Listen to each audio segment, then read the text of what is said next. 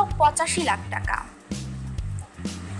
Bangladesh premier লিগের পঞ্চম আসরে আইকন ক্রিকেটারদের কোনো ভিত্তিমূল্য থাকছে না, যা বিপিএল গভর্নিং কমিটি আগেই জানিয়ে দিয়েছে, যার ফলে আইকন ক্রিকেটারদের দলে নেওয়ার বিষয়টি সমঝোতার উপর নির্ভর করছে। ইতোমধ্যে প্রায় সব দলই নিজেদের আইকন ক্রিকেটারদের নিশ্চিত করেছে। আগের আসরে চিটাগাং ভাইকিংসের আইকন ও অধিনায়ক ছিলেন তামিম ইকবাল, তবে এবার তামিমকে দেখা যাবে কুমিল্লা ভিক্টোরিয়ান্সে। জানা গেছে তামিমকে দলে ভেড়াতে কুমিল্লার গুনতে হচ্ছে ৮৫ লাখ টাকা। বিপিএলের তৃতীয় আসরে প্রথমবারের মতো অংশ নেয় কুমিল্লা।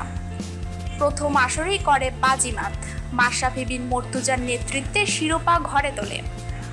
তবে নিজেদের দ্বিতীয় আসরে একদমই সুবিধা করতে পারেনি দলটি।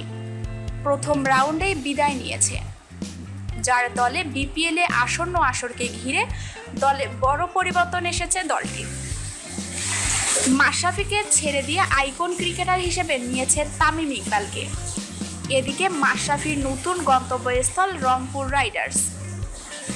তবে এবারের বিপিএলে সাকিব আল হাসান ও মাহমুদুল্লাহ রিয়াদ ছাড়া সব দলেরই আইকন ক্রিকেটার পরিবর্তন হচ্ছে। আগের আসরের চ্যাম্পিয়ন ঢাকা ডায়নামাইটসের হয়ে এবারও খেলবেন সাকিব, অন্যদিকে রিয়াদ থাকবেন আগের আসরেই দল খুলনায়।